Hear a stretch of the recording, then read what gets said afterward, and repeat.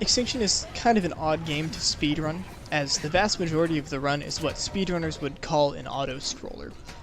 Within this 37.5 minute run, about 31 of those minutes are spent simply waiting for the drill to destroy a hive, and there's nothing you can do to speed it up. Another 3 minutes are spent just waiting for the helicopter to do things, and again, there's almost nothing you can do to speed that up, but we'll get to that in a sec. So, how can you save time in a run if the majority of it is fixed? Well, there's 6 ways. Getting good hive locations, which is RNG, random. Good heli voice lines, which is also random. The 2 barrier hives, the escape sequence, and drill movement, which are not random. The physical location of hives on the map is randomized to a certain extent, and certain combinations of hives are more optimal than others as they require you to spend less time moving the drill. If you're wondering how I got this picture here of the aerial view of point of contact, it's an IW6X, which is a modded version of Ghosts on the computer that will allow you to access the game engine and do things like no-clip and disabling your HUD and stuff. So, there are 6 possible hive locations in the first area. These 2 black hives here, the Hive 1 and Hive 4, are always going to be there no matter what. And so what the game does is it picks 2 out of these remaining 4 hives these hive locations to actually feature a hive. This creates 6 possible combinations of hives, and out of the 6, 2 of them are optimal. I think 1, 2, 4, 5 might be slightly faster than 1, 2, 3, 4, but it's not enough to warrant you restarting another half of your hives. So the way we handle the Hive RNG in this area is if we don't get the green Hive 2 right here, which we can see immediately off spawn, so there's a line of sight right here, we'll just restart as we're in the spawn area to just try again and get a better hive combination, because anything that doesn't have Hive 2 in it is suboptimal, which is half the hives. If we get the drill planted at Hive 2, and then we come over here to get the VKS and we see that we have Hive 6, the red one over here, we'll also restart because running 1, 2, 4, 6 is not optimal right here. But if we have the green Hive 2 and don't have the red Hive 6, either of these 2 will work. Also, just a random thing to note, the distance between the final hive in an area and the barrier hive doesn't actually matter, because you'll have more than enough time to get the drill from the last hive to the barrier hive as you're waiting for the helicopter to come in. It's like an entire minute. So, in the second area, there is 1 fixed hive marked in black right here, and then the game picks 2 of the remaining 3 locations to feature hives. This creates 3 possible hive setups, and 1 of them is very obviously optimal. Anything involving this 4th hive, which is just all the way out in this corner, is obviously going to add a lot of time spent running the drill. So, getting 2, 3, 4 as your hive combination is slightly better than getting 1, 2, 4, which is actually what happened to me in my current run, 3721, is I got 2, 3, 4, which is like the middle setup in terms of like good, middle, bad for hives in this area. I think getting perfect hives, so getting the 1, 2, 3 in the second area is, I think that would be necessary for a sub 3720 run, unless someone finds a way to save time in some other part of the run. And again, just to reiterate, there's 3 hive possible combinations, and only one of them is optimal, so getting the perfect hives in this area, which I think is required to go sub 3720, is a 1 out of 3 chance. And then in the third area, you'll notice there's a lot of black hives. There's 6 possible hive locations, and 4 of them are always there no matter what. The first hive, the second hive, the 4th hive, and the 5th hive. All the game does is it picks one of these 2 locations here to feature a hive, and it's pretty obvious that this one is going to be about 1.5 seconds, maybe 2 seconds faster than the 4th one, because you don't have to run as far from the second hive. I would honestly not reset ever in the third area because of this hive, because that's just like heartbreaking to make it all the way past the the the first area with all the propane tanks and stuff, get good voice line, get a good speed kill, get good hives in the second area, get a good voice line, get a good speed kill, and then make it all the way here and just get screwed over by a coin flip. I would just keep going and see if you can pull the run off. I wouldn't ever restart for Hive RNG in this area.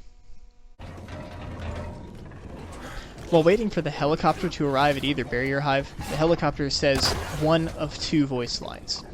The longer voice line is 2.6 seconds slower than the shorter line.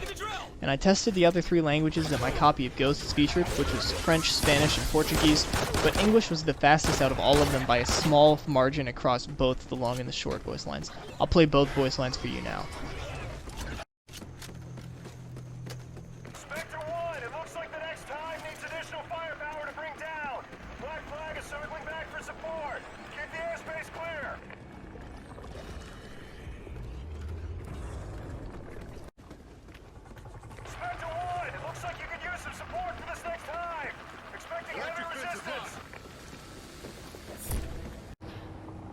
So the drill movement speed is the same as whatever gun that you were holding to pick up the drill. So when I'm walking around with the MP443, I pick up the drill, I'm still moving at that base default movement speed. But if I switch to the riot shield, now I'm moving at 70% movement speed. It's a lot slower. When I pick up the drill, it's still that 70% movement speed, and a lot slower. There is one exception to this though, that you might not know, and that is the upgraded pistol. So when you upgrade the pistol to +1, it gives you a 10% movement speed buff. You can see pretty clearly that I'm moving faster now as I have the pistol up. However, this 10% speed buff goes away when you pick the drill up and you're back down to just regular speed. If it's kind of hard to tell just by observing it like that, I can walk a long distance with the drill, and then we'll set the drill down and then walk back with just the pistol, and we can see that the pistol with the muzzle brake is faster than, you know, holding the drill on top of the pistol.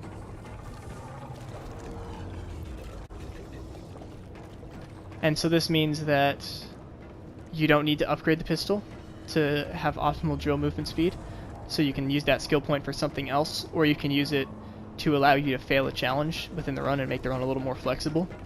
It also means that if you have a weapon with 100% movement speed, so like an SMG or like a shotgun, you don't have to. You can hold that underneath the drill instead of an upgraded pistol, and you move the same at the same speed, which means that you can be a little more fluid after finishing a barrier hive by just like picking the drill up on top of your bulldog instead of swapping to your pistol and then picking the drill up, which could save a little time.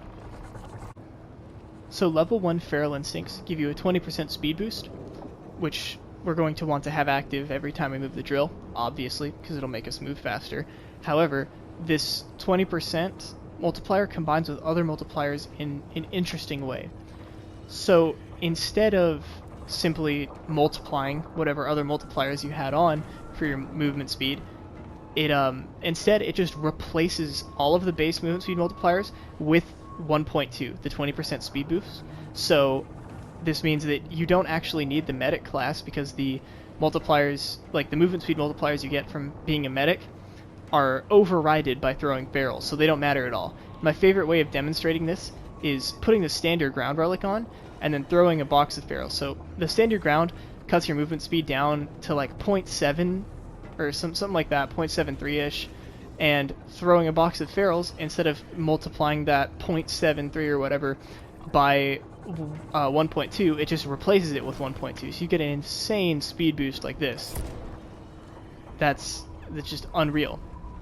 So now I'm moving at 120% movement speed even though I have the standard ground relic on.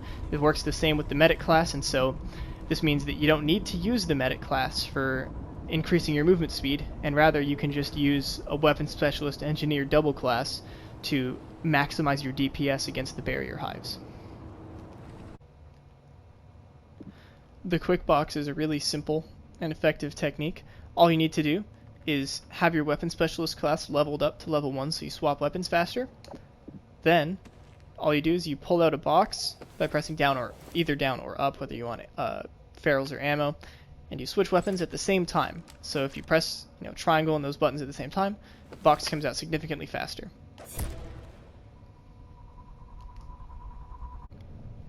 So the plus 0, 1, or 2 ferals only last for 15 seconds, but like the hand speed booster, you can throw multiple boxes of them in quick succession to increase the duration all the way up to 45 seconds total. This isn't necessary in any case of transporting the drill between regular hives, but it can save time in transporting the drill between a barrier hive and the following hive.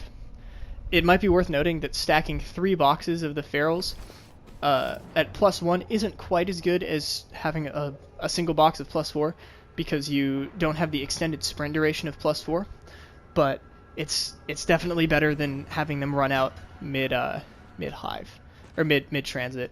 And I'll spawn this guy in to show you this is 3 boxes lasting for a total of 45 seconds, because the sound does go away after a while.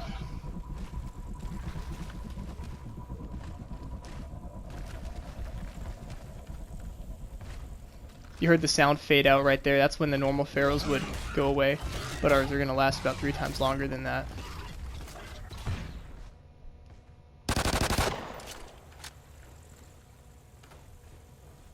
And they're still going. So yeah, if these were leveled up to plus 1, which they aren't right now, but if they were, we would have a speed buff that lasts for 45 seconds.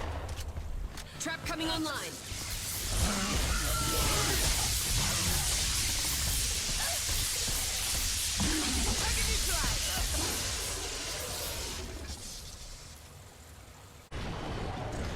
So now I want to talk about 2 just little pieces of drill movement tech that can speed up the game just slightly, but are more just cool to do. So the first one's called pre-square, and the second one is called the splant. It's short for sprinting plant.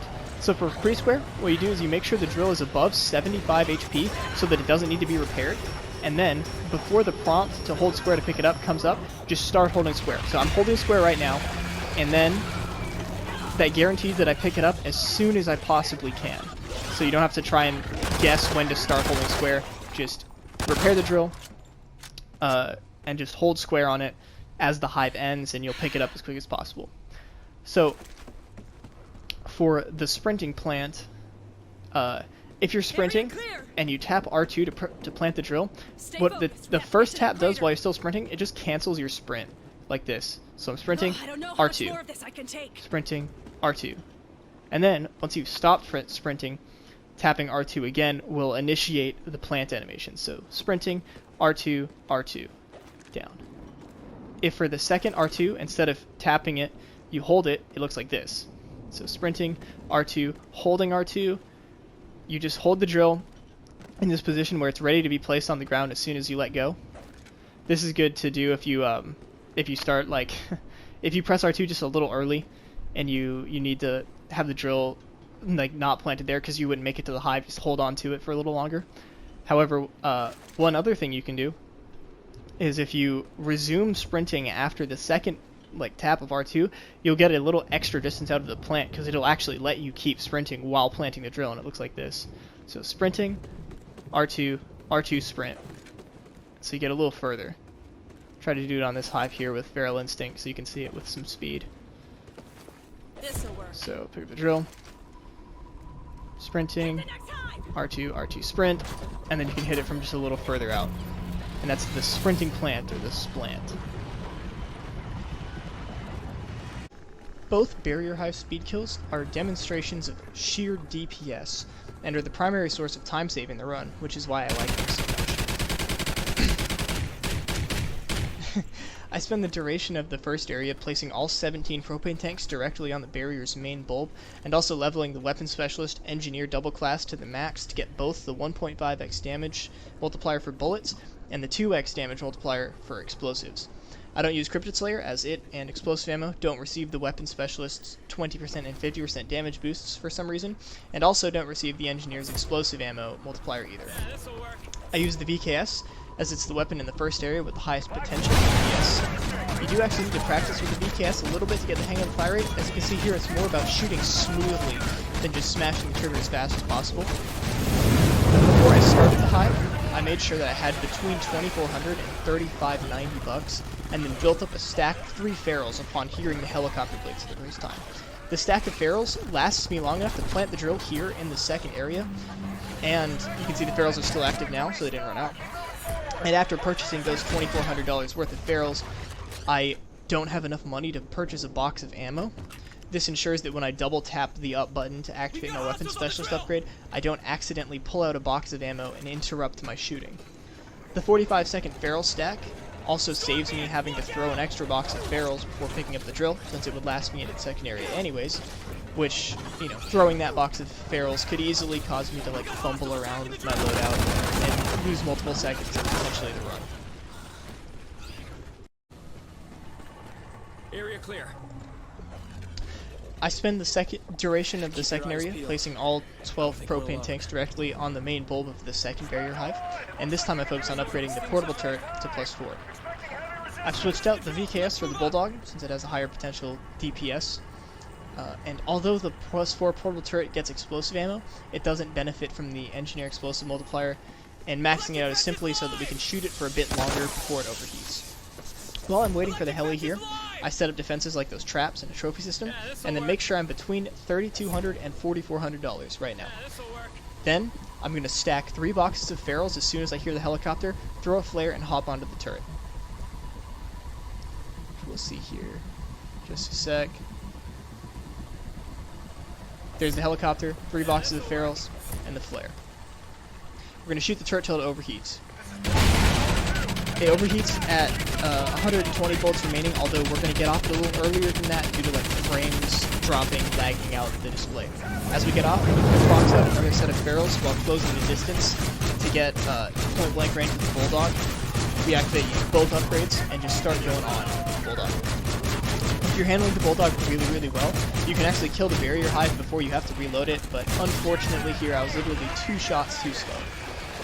The sequence that I did of stacking ferals before and during the speed kill allows me to make it all the way to the next hive in the third area without those ferals ever running out.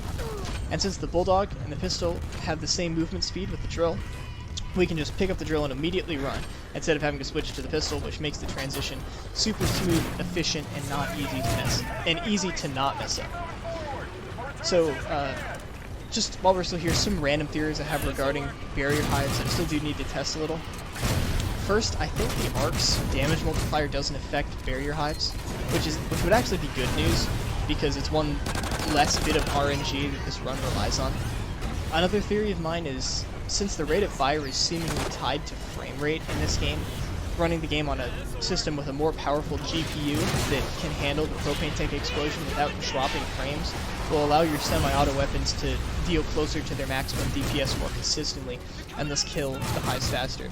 This is something that I'm going to try out now that I have the PS5. I already noticed, just in like the day 1 run that I did yesterday, that the barrier hive was way smoother and it wasn't lagging as much, so that might be an interesting place to save time. We're going to start this escape sequence by using one of our downs to suicide warp up to a higher position in the third area and save a few seconds. You don't have to walk past the nuke like I did here, you can actually sprint jump over it and activate it mid-air to save time. The turret glitch, which I reference a lot, is a way to make the second meteor of this escape sequence fall earlier. We perform it by placing a turret on the other side of the fence, separating the second and third area. I'll show this placement now. The turret lasts 10 minutes before despawning, so we could place it earlier, but I like to do it during the final hive because it lasts 5 minutes and there's really no pressure to get back to the drill. I like to put the turret in that spot there, splitting the curb by the tree. And then I like to do a test run, just to make sure I didn't put the turret too far out. And I'm able to get onto it, so we're good to go. So we'll hop out of this turret during escape like we see here, tricking the game and think we're in the second area. When you see that extract mark or teleport, that's how you know you did the glitch correctly. The mark for teleporting seems to happen at a seemingly random time, though it might go sooner if you place the turret deeper into the second area. Also, I think the helicopter might be programmed to not pick you up until 2:30 is left on the nuke timer, because sometimes you get there at like 2:35 and you just wait for a little while, but I'll need to test that a little further on like the IW6 section. And timing will stop once the mission accomplished text begins appearing on the screen, not when you get into the helicopter, like some people used to think. So yeah, because we did that turret glitch, this meteor is going to fall much earlier than normal. See, it's already down now, which allows us to escape quicker.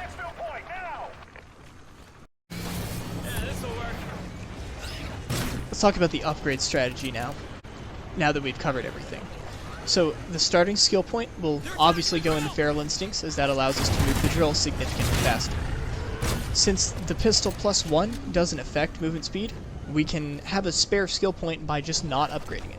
This allows us to fail a challenge during the first two areas and not lose the run because of it. Ideally, we'd use our free challenge fail pass on the propane tank kills challenge, but in this run here, the current 37:21, I accidentally failed the don't spend money challenge in the second area, and I just happened to luck out on not getting the propane challenge at all. So we spend the entirety of the first area upgrading the classes to +4, as this will give us the big 1.5x bullet damage multiplier from Weapon Specialist and the 2x explosive damage multiplier from Engineer, which helps in the speed killing of the first barrier hive. And then in the second area, we upgrade the portable turret to +4, as this will allow us to deal enough damage with the portable turret before it overheats to create the potential to kill the second barrier hive without ever having to reload the Bulldog. And then once we're in the third area, we max out the Feral Instincts for the extended sprint duration and also just the 45-second total duration, and then put at least 1 point in the pistol so that we can have faster movement during the escape sequence when we don't have to carry the drill. And then after we get that pistol +1, any more upgrades are no longer essential to the run, and they're just for whatever you want them to be. So now that I've broken down and talked about all of the tech and stuff regarding the run, I'll send it over to an unscripted post-commentary of this current record run. It's in the same kind of vein as my Ultra Hardcore series that I did a while back.